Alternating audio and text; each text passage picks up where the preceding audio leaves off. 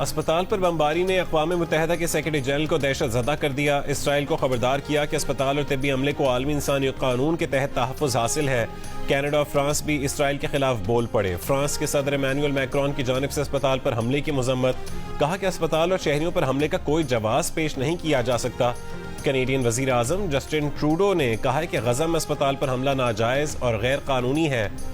برطانوی وزیر خارجہ جیمز کلیورلی بولے عام شہریوں کی جانوں کی حفاظت اولین ترجیح ہونی چاہیے. ایران کے صدر کہتے ہیں کہ امریکی اسرائیلی بموں کے شعلے اسرائیل ہی کو نگل لیں گے. ترک صدر کا اسرائیل سے وحشیانہ جنگی جرائم روکنے کا مطالبہ. سعودی عرب، امارات، قطر اور مصر کی جانب سے بھی اسرائیلی حملے کی مذمت. عالمی برادری کی ناراضی پر اسرائیل کا اسپتال پر حملے کی ذمہ داری قبول کرنے سے انکار.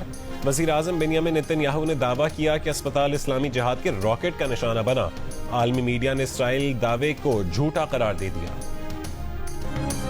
غزہ میں اسپتال پر اسرائیل کے بزدلانہ اور مجرمانہ حملے کی دو ٹوک انداز سے سخت مذمت کرتے ہیں. اقوام متحدہ میں پاکستان کے مستقل مندوب کا بیان.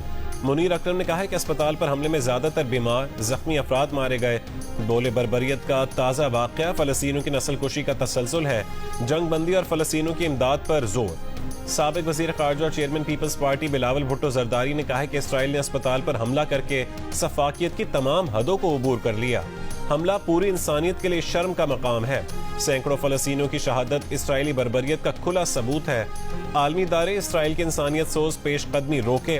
مسلم لیگ نون کی رہنما مریم نواز نے کہا ہے کہ غزہ میں جو کچھ ہوا وہ ظالمانہ، وحشیانہ اور غیر انسانی ہے. اسپتالوں پر بمباری جنگی جرم ہے. یہ پاگل پن اب بند ہونا چاہیے. ذمہ داروں کا احتساب ہونا چاہیے.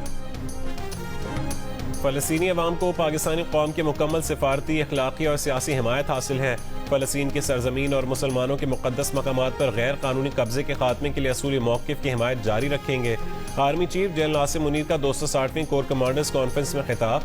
فورم کا غزہ میں اسرائیل کی طاقت کے استعمال سے معصوم شہریوں کے جانی نقصان پر اظہار تشویش.